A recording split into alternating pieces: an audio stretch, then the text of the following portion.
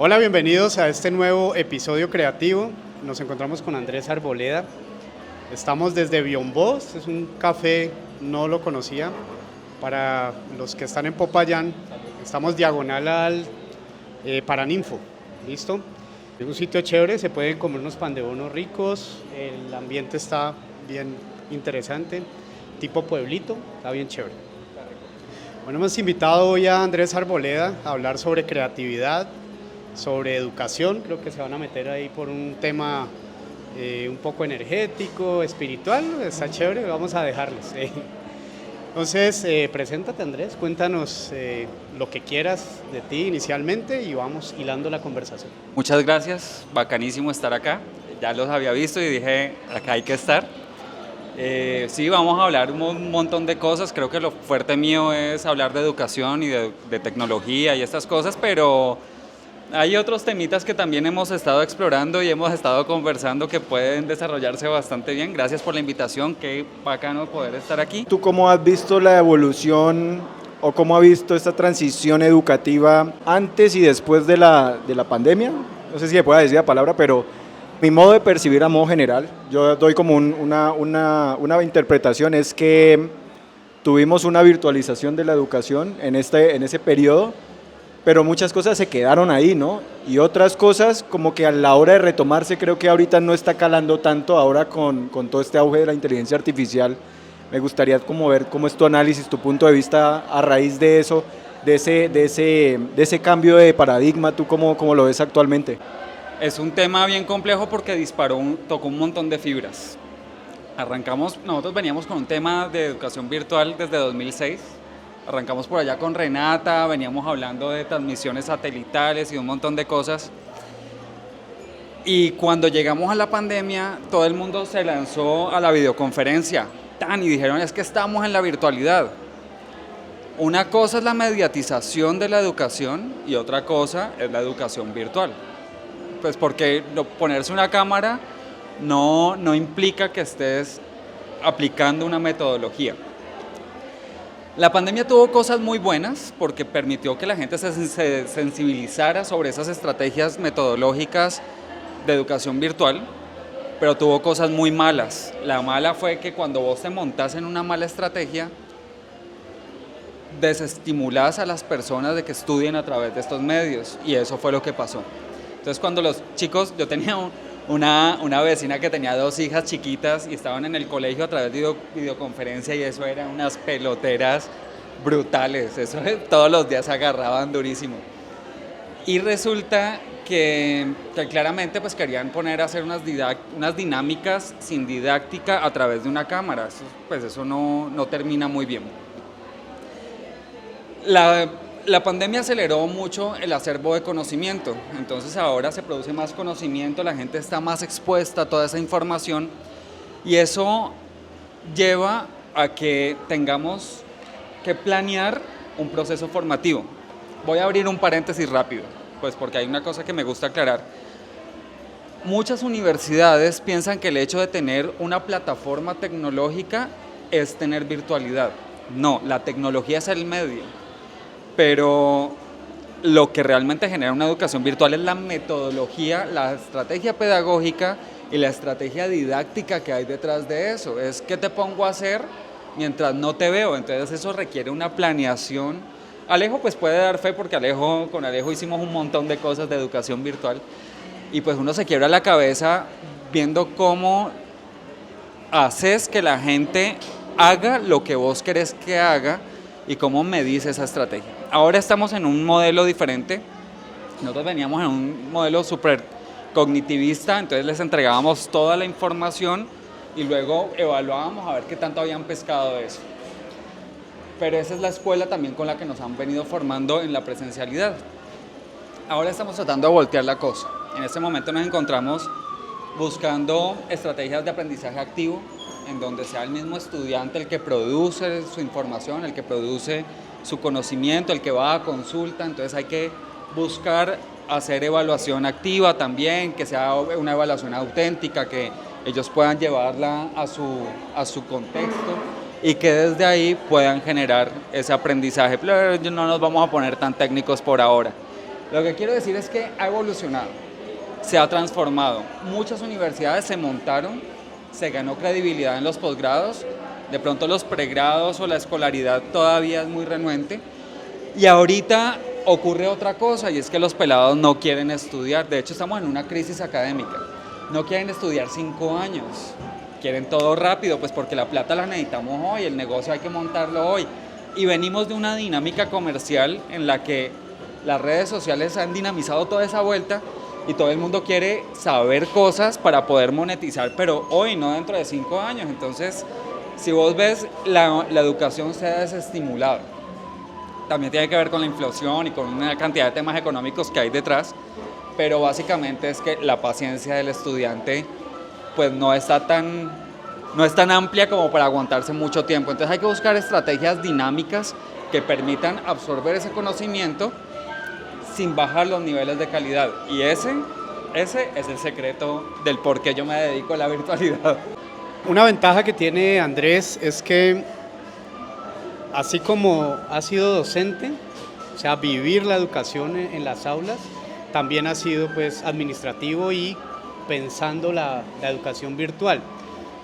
¿Cómo ves esa coherencia o no entre lo que se planea desde el escritorio, desde lo administrativo, aterrizado ya al contexto educativo donde ya toca estar ahí con el estudiante, claro, y revisar si realmente esas estrategias son pertinentes o no? Porque muchos planean desde, esto debe funcionar, hagámosle, pero ya el que recibe, que es el docente y el estudiante, que tienen que enfrentarse a esos contenidos y desarrollarlos, pues ahí debe haber también un... La educación virtual se da siempre y cuando exista una voluntad institucional.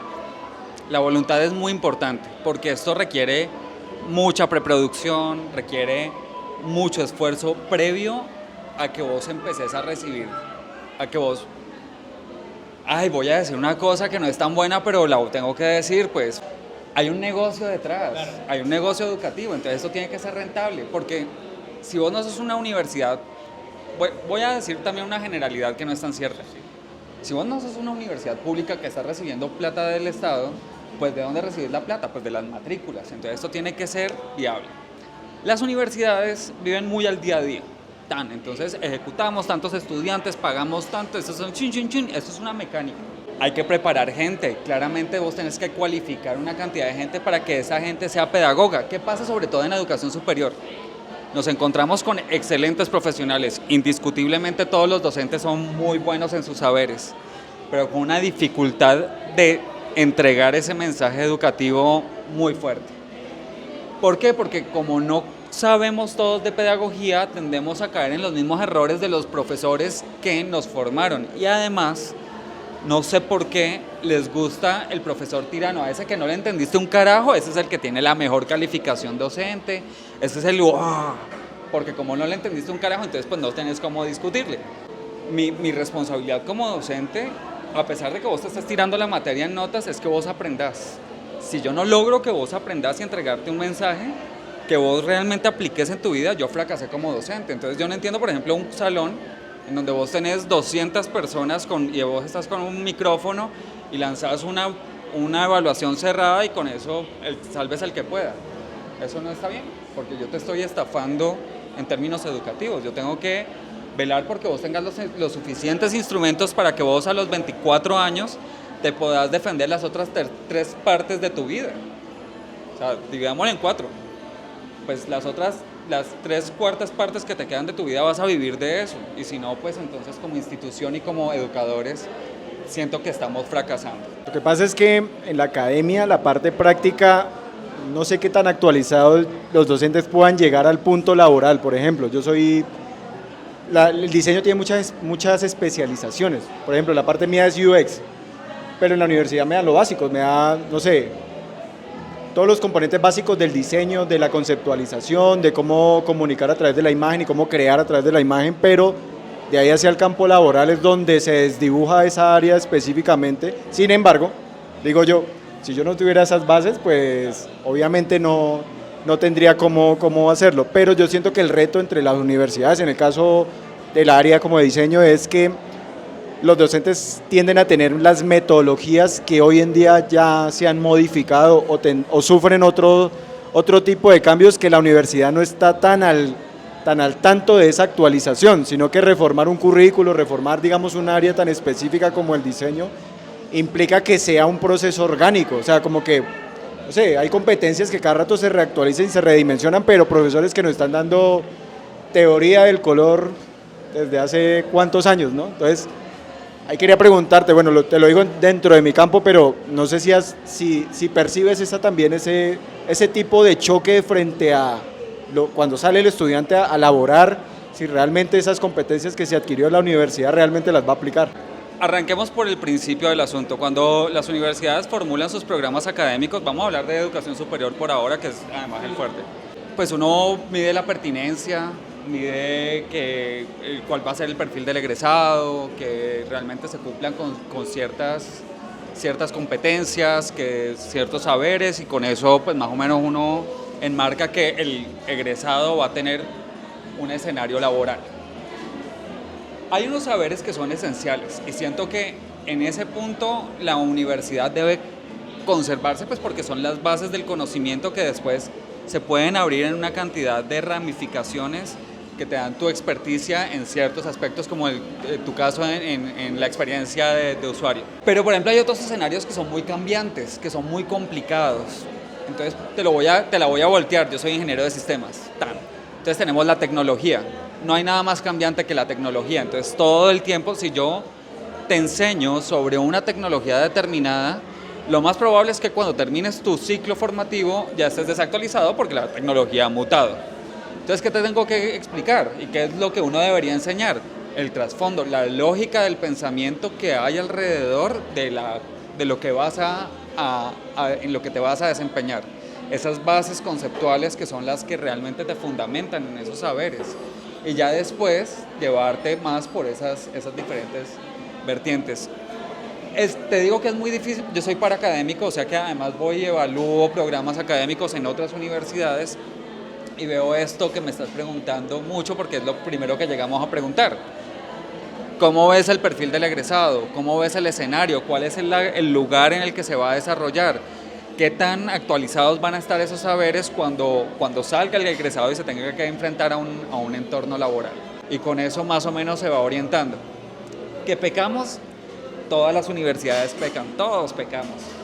Pues hacemos lo mejor que queremos, eso indiscutiblemente, y buscamos también la calidad académica. Ahorita hay un desespero entre todas las universidades por tener una acreditación de alta calidad, pues porque eso te va a permitir hacer una cantidad de cosas, te escalafona como institución, te permite ofrecer ciertos niveles académicos como posgrados en maestrías y doctorados.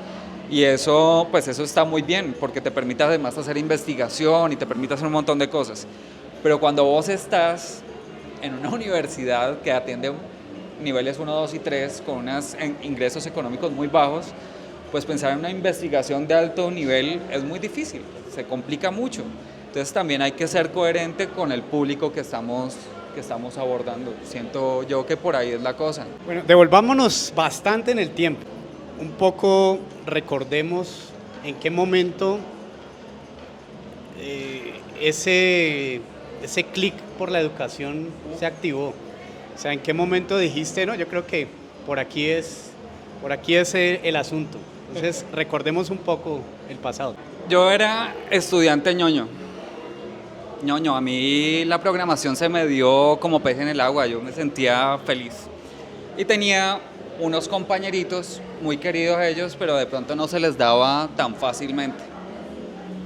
Entonces ellos se me pegaban mucho, entonces los invitaba y nos sentábamos a programar y yo trataba de explicarles qué era lo que iba haciendo y como irles llevando el asunto lentamente, paulatinamente, pues para que ellos se fueran familiarizando. Y la programación es codificar, la programación es pensar. Uno primero debe sentarse a pensar. Entonces yo los veía que se lanzaban a codificar y después los veía embolatados y les decía, es que ustedes no están pensando en lo que hay detrás del asunto. Entonces venga, sentémonos un ratico y les empezó a ir como mejor.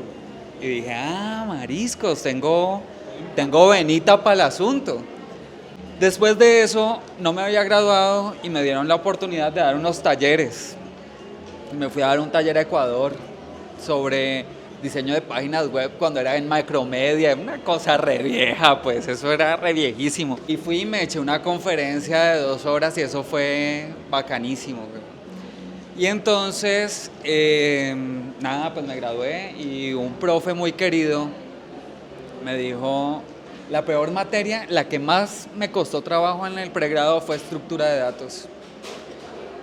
Y me dijo, ve, ¿vos no querés darte una materia? Y yo, sí, de una, papá, de una. Además que yo me volví papá prematuro. A los 23 años yo ya estaba ya estaba en procesos paternales. Entonces también tenía un poquito de ganas de trabajar. Y me ofrecieron la oportunidad y le digo, vení, ¿qué materia? Y me dice estructura de datos. Y yo, tema. Si habían tantos temas, no, pues di estructura de datos durante 13 años. Me fue muy bien, creo que la academia te mantiene joven, te mantiene actualizado, te permite un diálogo con los estudiantes que es muy importante. Siento que uno no solamente es el formador de clases, sino que es el formador de vida por fuera del aula. Y me enamoré de la academia absolutamente. He tenido mis amores y mis desamores, no todo ha sido color de rosa, eso tiene de todos los colores y sabores. Por ahí me encontré también con un amigo muy querido, con Jaime Martínez de la Universidad del Cauca, y empezamos en el 2006 a hablar sobre Renata, la Red Nacional Académica de Tecnología Avanzada. Entonces armamos una infraestructura increíble, una infraestructura tecnológica que para el momento era mejor que lo que te ofrecía Internet. Estamos hablando de la época del módem, ¿no? Y cuando teníamos la infraestructura, no teníamos nada que montar ahí, pues entonces nos tocó hacer se me salió el patojísimo, el cubo, pues. Y no teníamos qué mensaje transmitir a través de eso, porque eso se creó a partir de una necesidad de compartir unos laboratorios. Se ejecutaron los laboratorios y después se acabó el asunto. Entonces ya no sabíamos qué transmitir a través de eso. Y dijimos, bueno, pues montémonos un poquito en temas educativos, pues estamos en la universidad, veamos qué nos podemos compartir, montemos bibliotecas. Renata no resultó tan bien, pero fue un resultado exitoso que no llegó a buen puerto, digámoslo así. Se montó lo que se tenía que montar, se cumplió con el propósito de lo que queríamos hacer, pero no se logró el objetivo formativo. Además, que Internet, por su masividad, logró crecer y desarrollarse muy rápidamente. Entonces, pues Renata se quedó muy obsoleto. Renata era como Internet 2, era una red de Internet solamente entre universidades. Está muy bien. Como una web 2.0. Como una web 2.0, no. Es que la web 2.0 hace más referencia al tipo de herramientas tecnológicas y tu forma de interacción. Sí. Esto era una red paralela en donde mi computador era como un servidor. Entonces todos los computadores que se montaban ahí servían información. Cuando vos te conectas en internet desde tu casa, pues tu computador es invisible porque finalmente él se está conectando a un prestador de servicios de internet y ese sí es el visible. Acá no, acá todos eran visibles y cada quien podía poner algo ahí. Me gustaría introducir un componente de creatividad en la educación. Digamos que comparto mucho la idea del amor por la enseñanza. Yo, aparte de diseñador, también pues he dado clases, pero más hacia el lado de diplomados. En Cali di un diplomado de gamificación para docentes en pedagogía, precisamente. Y tengo también pues con Alejo también tenemos la vocación, eso. Aquí ya estamos en otra parte con las gafas ya implementadas. En el área, mira que por ejemplo nosotros tenemos un análisis frente a la parte de virtualización. Los talleres creativos de nosotros son presenciales. Nos decían, ¿por qué no lo da virtual para que podamos abarcar más estudiantes, Entonces nuestro argumento es, la experiencia no va a ser la misma, ¿no? No va a ser la misma en términos de creatividad, porque en términos de creatividad tú necesitas un ambiente controlado de creatividad. La virtualización, bueno, es como nuestro punto de vista, ¿no? Está bien.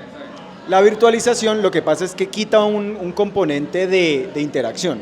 Componente de interacción es que yo no manejo el control sobre el ambiente en donde yo estoy generando ideas, donde estoy haciendo un brainstorming. ¿Qué quiere decir? Que yo tengo que escuchar a la otra persona, tengo que respetar el punto de vista, tengo que aprender a trabajar en equipo, tengo que aprender cómo piensa el otro. Cuando nosotros tenemos ese ambiente controlado, cuando todo el mundo opina, hemos corroborado precisamente eso, que se genera un ambiente agradable, es un ambiente como entre qué chévere compartir esta idea, qué chévere como tú piensas, yo no tenía ese punto de vista, pero tú acabas de decir algo que yo lo relaciono con otra cosa. Entonces, ese ambiente es muy, muy diferente cuando yo estoy en una pantalla, donde pues estoy también bajo la distracción de otros dispositivos, ¿no? Puede llegarme un correo, puedo ver un video por YouTube, puedo estar escuchando en un segundo plano mientras hago otra cosa. ¿Cómo ves tú el proceso creativo? ¿Consideras que cambia, que es un componente que frente a la virtualización podría tener otro tipo de prácticas? ¿Cómo lo ves tú? Todo depende. Depende de la visión que vos tengas sobre la estrategia pedagógica de la virtualidad. Si la estás llevando a un escenario de videoconferencia, comparto lo que estás diciendo. Sin embargo, hay otros tipos de estrategias pedagógicas y didácticas que fomentan el trabajo colaborativo, la coevaluación y la participación activa de los estudiantes. Entonces hay un aprendizaje activo y dentro de esas líneas de aprendizaje activo te encontrás, por ejemplo, aula invertida. Entonces el aula invertida es donde los estudiantes se agrupan, utilizan las TIC como un medio de comunicación. O puedes hacer, por ejemplo, un aprendizaje basado en proyectos utilizando Trello, que es una herramienta que te permite hacer la trazabilidad y que cada uno de los personajes que interactúan pueda aportar desde sus saberes y pueda opinar y puedan desarrollar su actividad trabajando en un esquema colaborativo. O puedan tener, por ejemplo, un tema de marcadores como Diigo. Aquí le hice propaganda a todo el mundo, me deberían pagar por eso que estoy haciendo. Digo que tenés marcadores, entonces podés hacer lecturas y compartirlas con tu equipo de trabajo para poder saber de dónde sacaste ciertas fuentes y cómo construir elementos. Y lo que realmente produce ese aprendizaje activo y esa aula invertida es ese intercambio de conocimientos entre los estudiantes, que es ese diálogo que hay que propiciar. Primero porque la virtualidad tiene una cosa y es que hay una soledad. Entonces, si uno se monta en la videoconferencia, pues tenés ese contacto con el docente, pero después vos llegas a tu trabajo autónomo. De hecho, lo que estamos buscando ahora es minimizar ese diálogo con el docente y que exista una mayor investigación desde el estudiante para que cada uno de los estudiantes pueda desarrollar su conocimiento desde su perspectiva y desde sus saberes y desde su contexto. Entonces estamos volteando un poco, por eso es aula invertida, porque estamos volteando un poco el proceso. Estamos haciendo que el estudiante desde su contexto y sus relaciones interpersonales pueda salir a investigar lo que él considera que le puede aportar para poder generar ese aprendizaje. Entonces, ¿el docente qué hace? El docente ya pierde ese rol de entregar ese saber verbal y lo que hace es ponerle el reto o el proyecto o decirle qué es lo que el estudiante debe resolver. No hemos tocado inteligencia artificial, pero yo creo que ya vamos a llegar a ese punto. Es que la inteligencia artificial ahorita es tenebrosa, pues porque uno dice, es que ahora ya no sabemos cómo es que van a contestar los estudiantes. No, el docente, ¿cuál es la labor del docente frente a la inteligencia artificial? Instrumentalizar la inteligencia artificial. Yo te debo decir, mira, métele estos prompts y decime qué resultado, o sea, después de tener ciertos elementos o ciertas variables de entrada, ponerle estos prompts y a partir de eso construir un nuevo conocimiento. Una de las conclusiones a las que hemos llegado aquí es que la IA es una herramienta, definitivamente. Y el cómo yo uso esa herramienta, pues va a mostrar o va a condicionar un poco qué es lo que va a pasar, ¿no? Las gafas porque estamos muy oscuras. Bueno, dale. Entonces, retomando, entonces la IA como una herramienta pues es parte de lo que está pasando y con esta evolución del mundo. Anteriormente pues le tuvimos miedo a la aparición del libro, le tuvimos miedo a la aparición de internet y creo que estamos viviendo un momento en el cual la gente está un poco temerosa a lo que está ocurriendo. ¿Cómo es ese futuro del estudiante y del profe? Porque algunos dicen que el profe tiende a desaparecer o que el negocio de la educación, pues porque finalmente es un negocio, está en declive. Claro, si seguimos con un modelo con el que veníamos y ese modelo ya hay que repensarlo, ¿qué nos espera en la academia? A los que estamos ahí activos, a los que nos gusta el aprendizaje, que nos gusta el aula. A mí como profe me preocupa un poco la lectura crítica del estudiante. No hay lectura crítica porque ya le estoy relegando a la inteligencia artificial un proceso, y los estudiantes lo que están haciendo es hacerle la pregunta de investigación a la IA y ya lo presentan como si fuera de ellos. O sea, no hay una intermediación, que creo que ahí está el aprendizaje significativo. Cuando usted hace el proceso con la IA, viene y revisa eso, que ya le va a tomar menos tiempo. Para el pregrado a mí me tomó 3 meses el estado del arte y el marco teórico. Yo creo que si hago una tesis ahora me voy a demorar un día nomás, pues porque ya lo que tengo que hacer es hacer el proceso con la IA y analizar esa información que me arroja. ¿Qué nos espera, Andrés, en el futuro de la educación? El docente no va a desaparecer porque finalmente la tecnología está dispuesta para ser usada con una intencionalidad. Y la intención te la propone y te la planea el docente. La inteligencia artificial, vos podés abusar de la inteligencia artificial. Podés, si no tenés la suficiente profundidad de conocimiento sobre un tema, podés quedarte con lo que en primera instancia te entrega, que va a ser algo muy superficial. Y no pagas por el servicio y pro. no pagas por el servicio pro. Es una buena herramienta para manipular datos, para hacer tratamiento de datos, para hacer búsquedas en profundidad. Si bien es cierto, si vos querés, por ejemplo, tener buenos referentes o buscar referencias educativas o referencias sobre un tema específico, pues hay algunas como Perplexity que te dejan en la puerta de la casa. Claramente una tesis te vas a demorar mucho menos en hacerla. Pero si vos te das cuenta, la IA tiene muchas falencias todavía. Vos sabés, vos no necesitas pasarlo por una herramienta de plagio, lo que te escribe la IA, porque ella tiene una formita de escritura. Ella siempre tiene unos estribillos que la delatan. Lo segundo es que pues vos finalmente tenés que leer lo que estás mostrando, porque claramente ella se pone muy...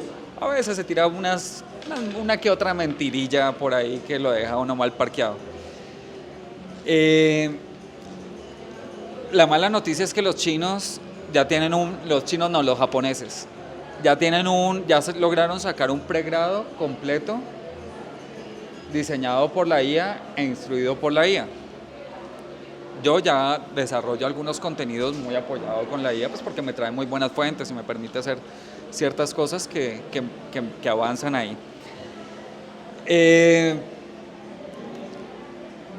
Todavía no sabemos qué va a pasar, es que hay mucha herramienta en el entorno que te permite, muchas herramientas de inteligencia artificial que te permiten hacer diferentes cosas. Yo pienso que uno puede ir más rápido, puede evitarse muchos pasos engorrosos. Sobre lo que decías de la lectura crítica, pienso que la labor del docente precisamente es instrumentalizar la IA. Vuelvo al mismo asunto. Si yo logro que ese resultado que él obtiene y que de pronto puede ser muy genérico, lo tiene que ajustar a una particularidad, eso sí no te lo va a hacer la inteligencia artificial. Ya el aterrizaje, esa última transformación, tenés que saber lo que estás haciendo, porque si no vas a quedar con un producto, pues voy a decir paupérrimo. Bueno, es la frase, pero no es la palabra, pero sí, queda muy paupérrimo. Y esos mínimos también tienen que ver con la planeación que haga el docente y cómo vos vas a diseñar una rúbrica para poder determinar cuál va a ser el alcance de lo que vas a obtener ahí.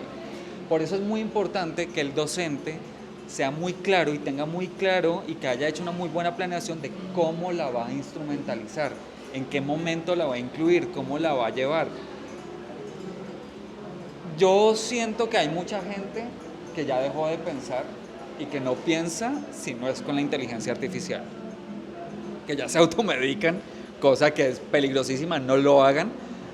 Medicarse por un diagnóstico que te está entregando la inteligencia artificial, peligrosísimo, pues para eso hay que primero hacerse unos exámenes y una cantidad de cosas. Hay que darle un uso responsable.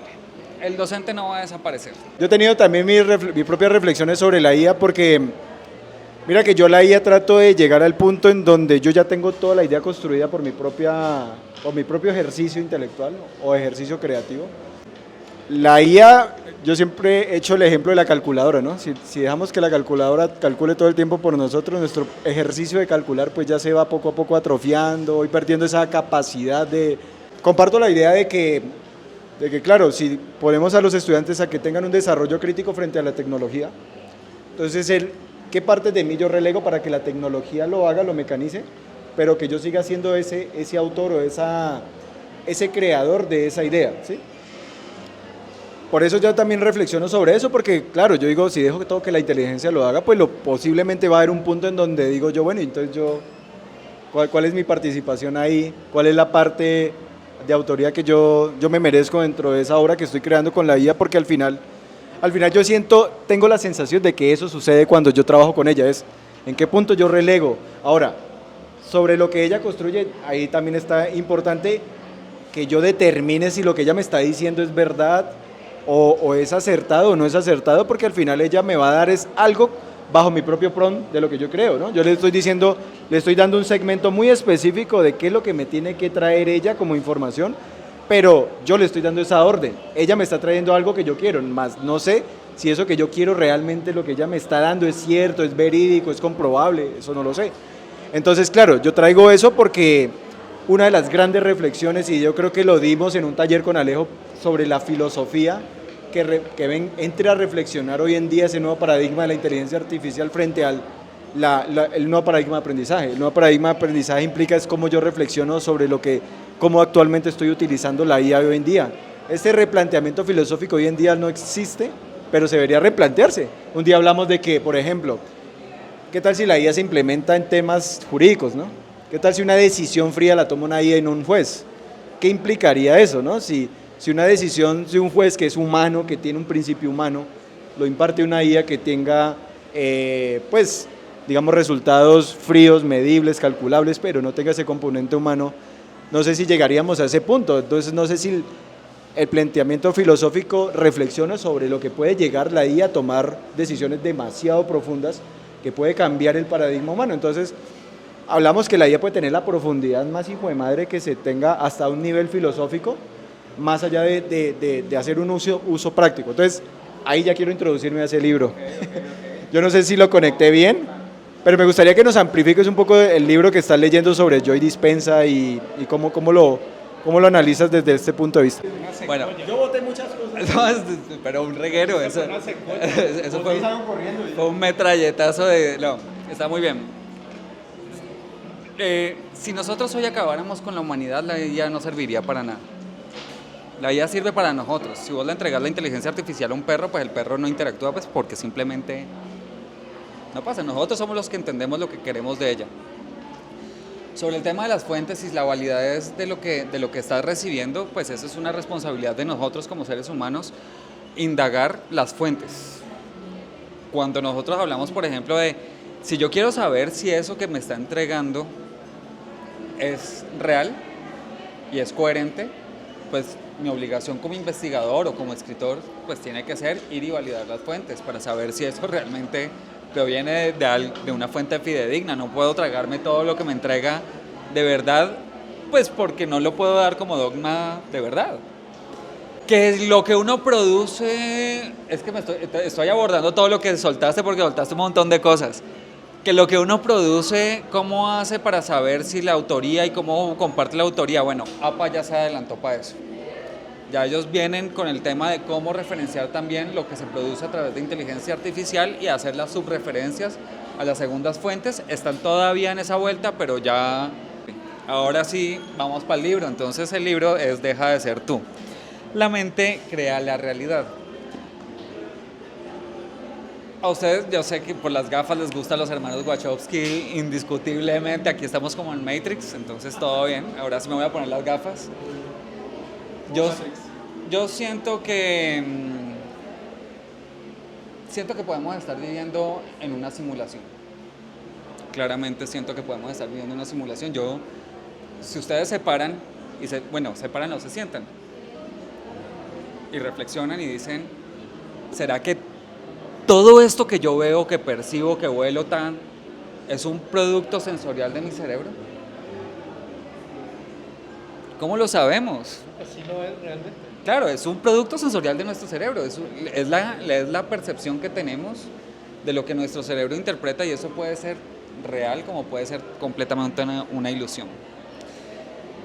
En esa medida nosotros podemos programarnos, así como la inteligencia artificial, nos podemos programar y podemos, si es una ilusión y si es una simulación, o si no, también podemos manipular nuestro entorno un poco y nos podemos programar para que esto ocurra. Aquí ya nos salimos un poco de la educación, pero seguimos programándonos neurolingüísticamente. De hecho, por ahí también hay un poquito de neurolingüística. Y podemos modificar nuestro entorno. De pronto no de, ¡tin!, ya chasqué los dedos y todo cambió y ahora me está esperando el Lamborghini aquí afuera, ya vengo. No. Pero sí puedo empezar a generar acciones positivas en donde yo me programo y programo mi mente y me programo en objetivos para que mis acciones sean coherentes con lo que espero recibir. Entonces, puedo armar un algoritmo o una secuencia de procedimientos en donde los apunto o los alineo a que ocurran ciertas transformaciones en mi vida. Entonces, les voy a poner un caso. Tengo un jefe abusivo, tengo dos opciones: o me lo mamo y me hago la vida de cuadritos, o un día me levanto y lo mando para la mierda. ¿De qué depende eso? De ¿cuál es mi plan B para que cuando lo mande para la mierda pues no me vaya a la calle y me quede sin trabajo? Entonces empiezo a cuadrar y me programo mentalmente para poder diseñar una serie de pasos y manipular mi entorno para que yo pueda ir organizando las cosas hasta tal punto en donde yo pueda llegar y decirle, vea, ¿sabe qué? Estimada gonorrea, ahora de para la mierda, tal cual. Ustedes me dijeron que podía decir grosería, entonces tal. Eso es básicamente. Pero eso ocurre primero en una programación mental. Es una programación mental. Hoy en día, yo les digo la verdad, entonces uno va a decir, no, ese conejo marica. Bueno, a mí me dicen conejo por si las moscas, para los que no me conocían, conejo, tan. No, este man se le está fumando muy verde. No, porque me gusta este tema de la simulación. Ahorita hay un concepto que está en auge, que es la singularidad tecnológica. Y creo que ya estamos en ese punto, porque si se han dado cuenta, ChatGPT ya recrea unas imágenes que usted empieza a decir, ¿eso es verdad? No, por ejemplo, yo publiqué una imagen de Matrix, como si estuvieran los actores post-escena en una rumba, todos ellos festejando, a un nivel de detalle increíble, que me preguntaban todo el mundo, pues yo la publiqué porque también analicé eso, me preguntaban mucho, ¿esa foto es real o no? Claro, yo vine a corroborar que es una imagen creada por IA, pero en un nivel ya exagerado de realismo, en donde, no sé, puedes ver la foto de Petro Uribe besándose, y la gente realmente se plantea si eso es verdad. Ahora viene este tema de Meta. Este tema de Meta viene impulsado con muchas cosas que, si uno hace el ejercicio de conectar, están creando la singularidad a un nivel ya de inmersión, ¿sí? Si me pueden conectar un Neuralink en la cabeza, me plantean toda la realidad, ahí sí mi cerebro no determina qué es real.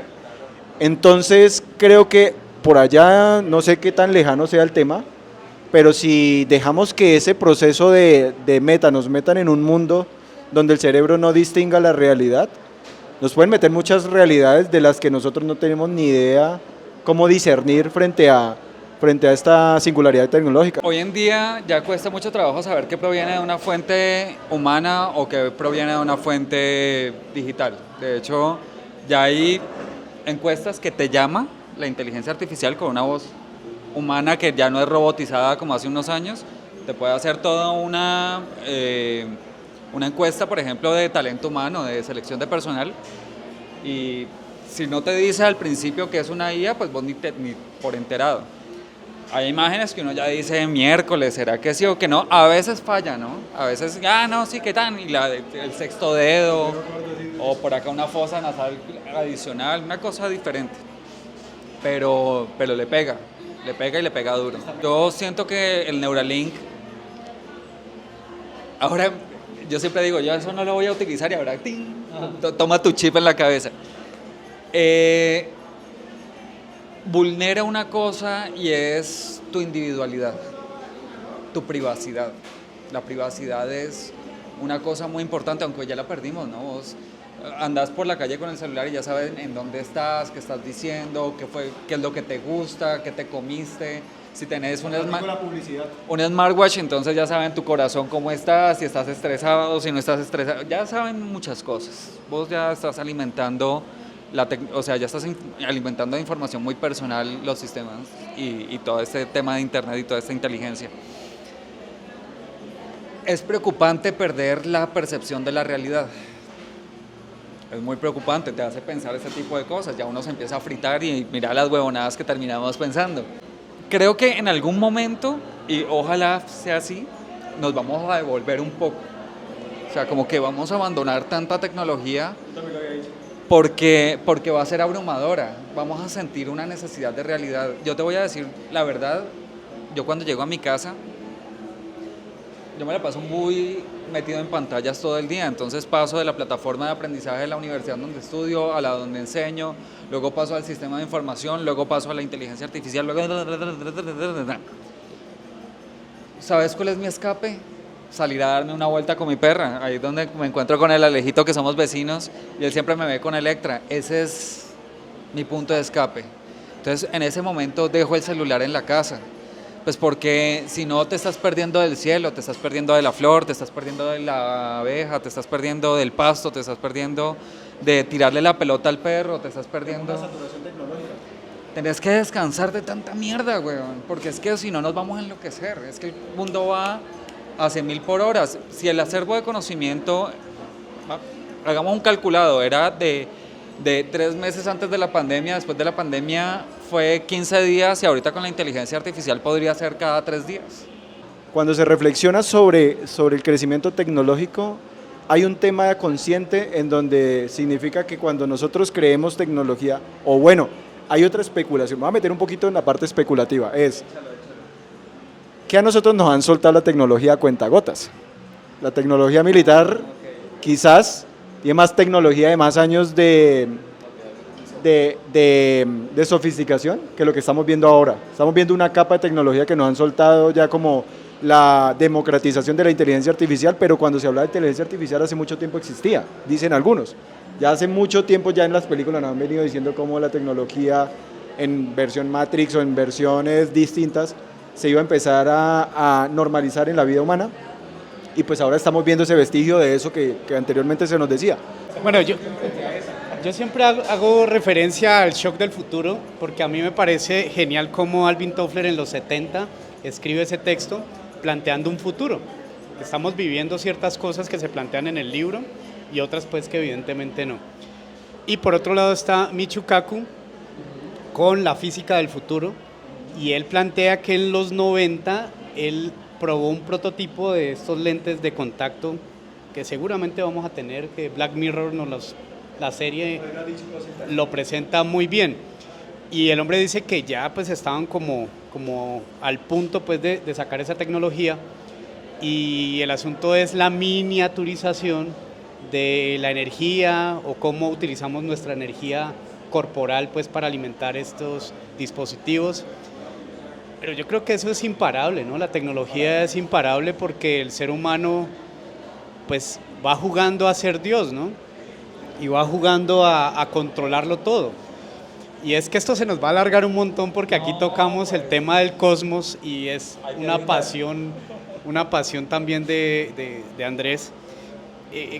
Ese papel de ser humanos en el universo, ¿no? Porque, o sea, somos tan atrevidos de pensarnos en el universo cuando tenemos una limitación de degradación. Este envase que tenemos es bastante precario. Las distancias son imposibles de calcular realmente. El humano trata de hacerlo, pero es es complicado el tema de la distancia y el tiempo, ¿no? Entonces, pues yo considero que vamos a seguir en esa evolución cada vez más rápido, cada vez con la autodestrucción, y el panorama que nos muestra Wall-E en esa película pues es muy diciente, ¿no? Como cuando hablabas del cielo, de que me pierdo el cielo, pues es que yo creo que es eso, ¿no? La esencia del ser humano es poder disfrutar esto análogo que puedes disfrutar, el tocarte y no escribirte un WhatsApp, ¿no? O el tomarnos un café en vez de chatear o de llamarnos. Y creo que eso es un poco como la respuesta a eso digital, ¿no? Como devolvernos al vinilo, que particularmente lo estoy haciendo. Escuchar en un vinilo es muy diferente a escuchar en algo sintético. El caminar y ver el paisaje, el ver el atardecer, que tenemos unos atardeceres hermosos en Popayán. Entonces yo creo que darle pie al espíritu es más importante que dejarnos llevar por la tecnología. Volviendo un poco a la tecnología, siento que nos estamos con la esperanza puesta en colonizar un planeta. Vamos a decirle colonizar, pues. Sí. Un planeta sabiendo que estamos en uno que tiene todas las condiciones para la vida. Entonces vamos a terraformarlo. Que no lo conocemos, ¿no? Que no lo conocemos. Y la gente piensa que la gente va a llegar allá en una nave espacial. Y les quiero decir una cosa, eso no va a pasar, eso es una ridiculez. ¿Qué más? ¿Cómo estás? Eso no va a pasar, porque sí, eso no va a ocurrir, porque primero tendríamos que mandar una cantidad de bacterias para que eso realmente ocurra. O sea, yo puedo llegar a Marte, pero vivir en un traje pues me va a producir un cáncer, me va a producir una serie de enfermedades, un daño óseo que no vamos a mandar a 8.000 millones de personas en naves espaciales. Eso no va a ocurrir, y para terraformar tienen que pasar muchos cientos o miles de años para que Marte pueda tener esas condiciones de vida. Entonces no lo vamos a ver tan así. Vamos a mandar uno que otro pendejo hasta Marte y de pronto va a volver, o de pronto se nos va a morir por allá. Eso no va a estar tan chévere verlo en televisión, pero va a ocurrir, porque están decididos a que eso ocurra. Eso es muy malo, tener esa esperanza es muy mala, porque eso hace que nos desarraiguemos de nuestro planeta y que lo tratemos como lo hemos venido tratando. Y el planeta va a seguir girando alrededor del Sol, con o no, sin nosotros, con vegetación o sin vegetación. Nos estamos cagando el mundo de los pobres animalitos por un egoísmo humano. Eso es lo malo. Eso por un lado. Y por el otro está este tema de apreciar el universo. Aquí es donde yo reevalúo un poco la realidad. Porque el universo es, digámosle, ególatra. El universo se diseñó para ser apreciado. Yo veo a veces el universo, en estos días me echaron una buenísima, weón, que el universo en el que estamos está cayendo dentro de un agujero negro. Sí, sí. Esa es la más bacana que hay en este momento. No, pues es re brutal, y por eso es tan expansiva. No, es brutalísima, esa después la discutimos. Pero, ¿para qué tanta complejidad universal? ¿Para qué tantos planetas, galaxias, cuasares o agujeros negros? Tanta mecánica universal y tanta mecánica cuántica, si nadie la iba a percibir y la iba a poder apreciar. Y ¡pran! Pone al ser humano y le da la posibilidad de interpretarla. Esto tenía que ocurrir en algún momento. Es más, yo aquí ya es donde me pongo un poco tostado, aquí ya me la fumé, me voy a poner las gafas porque me nota. La verde, a lo mejor, y ella quiere ser apreciada, weón.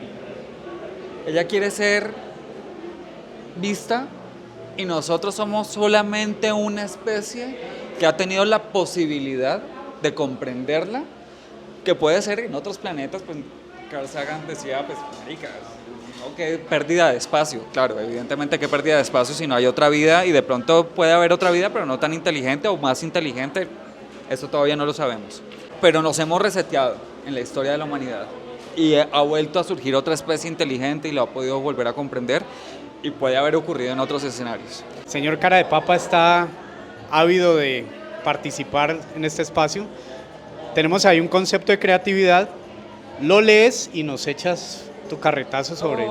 Creatividad como conexión de ideas, redes neuronales. Algunos modelos neuronales sugieren que la creatividad surge de la capacidad del cerebro para conectar ideas aparentemente no relacionadas.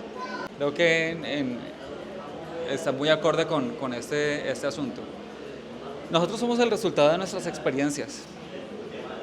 Somos el resultado de nuestras vivencias. De pronto yo puedo hacerme una idea de quiénes son ustedes, pues porque he visto ciertos momentos de su vida, pero yo realmente pues nunca nos conoceremos, somos unos completos desconocidos porque yo soy el resultado de mis vivencias anteriores y eso genera mi personalidad, de todas mis experiencias.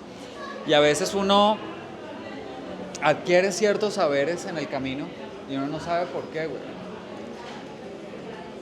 Y Steve Jobs, en un discurso que dio en la universidad decía, hay que unir los puntos, pero uno los une hacia atrás, no los une hacia el futuro. Pues porque vos no sabes qué va a pasar. Creo que esas experiencias previas y esos saberes previos son los que en algún momento, y como conforman parte de tu personalidad,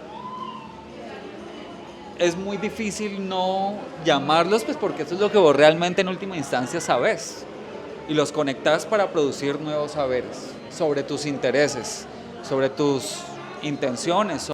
Finalmente, si vos no tuvieras esos conocimientos previos, pues serías simplemente otra persona y tendrías otros saberes y otras intenciones. Entonces es una cosa que finalmente termina siendo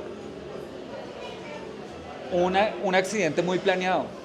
Es un tema accidental cuando llegamos a crear nuevos elementos, pero lo que yo puedo llegar a crear, solamente lo crearía yo. Voy a hacer una reflexión muy interesante.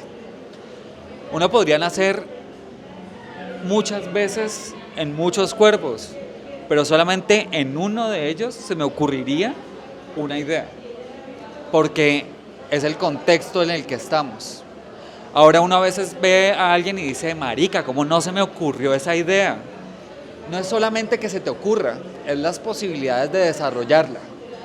A mí me encanta cuando hablamos de talleres de emprendimiento, he estado en unos, eso es otra historia también muy buena, que después la discutiremos, la comentaremos, y es, ¿por qué a mí no se me ocurrió lo de esta persona?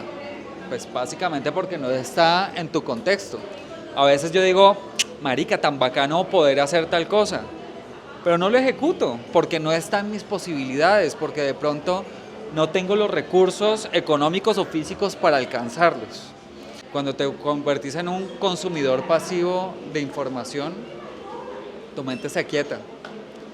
¿Qué hay que hacer? Hay que desarraigarse un poco de eso para volver a darle creatividad, tocar un instrumento, practicar un deporte, weón. Eso te cambia el chip, te cambia el modelo, porque son momentos en los que vos te encontrás completamente solo y sin ningún dispositivo electrónico, maquinando. Mira, a mí me dio la moda del running hace un tiempo. Antes era ciclista, antes de la pandemia, o sea, no fui ciclista de moda. ¿No era ciclista borracho? No era borracho, ciclista borracho, no.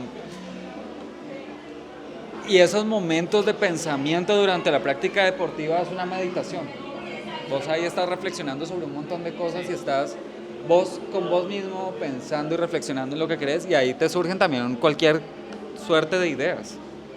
Y esas son las que podés desarrollar. Somos un resultado de la causalidad, de la causa-efecto de las circunstancias. Por allá Shakespeare decía, ¿cómo era que decía somos del destino? ¿Cómo es? ¿Vos sabés? Sí, eso es, somos un azar del destino. Sí, no, sí, lo que sea, sí, lo que sea. Pero somos un resultado del destino, somos un conjunto de cosas. Vos no vas a vivir lo mismo que yo he vivido jamás. Y nunca vamos a pensar lo mismo y nunca vamos a estar expuestos a las mismas circunstancias, con la misma perspectiva y con la misma visión sobre el mismo fenómeno. Y eso es lo que nos permite identificar muchas ideas, que hay que estar despierto. El concepto de somos uno con nuestra propia unicidad. Somos uno con nuestra propia unicidad. Hay que estar despiertos. Siento que ese es como el secreto del asunto. A veces se nos pasan muchas ideas, vemos muchas cosas, vemos el vasito de café y uno dice, hombre, estos vasitos tan chéveres de papel, bacano poder utilizarlos para que se biodegraden de una vez con una matica y sembrar maticas en ellos. Y de pronto ponerle una tapita y que además florezca, que sea solamente agua y vos te puedas llevar tu pot después de tomar café para que tengas una matica y sembrarla en tu casa. Es una de miles de ideas. Que salgamos de aquí y la explotemos, eso es otro tema, eso es otra vuelta. Pero ideas tenemos muchas. A veces lo único que uno necesita es tener el alto grado de interés para desarrollar esa idea, y sé que ustedes han entrevistado aquí a muchos buenos emprendedores, conozco a varios que son personas muy despiertas, que han tenido ese momento, ese clic en donde dijeron, veis, si hacemos esto, pasar a la acción también me parece muy importante, entrar a la acción. Vos puedes tener todas las ideas del mundo, pero si nunca pasas a la acción, no pasa nada. Muchas gracias por este podcast enriquecedor. Tocamos muchos temas, bueno, ahí ya botando las cartas ya al final. Pero bueno, fue muy sustancioso, uno de los podcasts más largos, yo creo. Pero me parece... Pero está bien, aquí ese es el espacio. Bueno, nos vemos en otro episodio. Muchas gracias a todos y gracias, Andrés.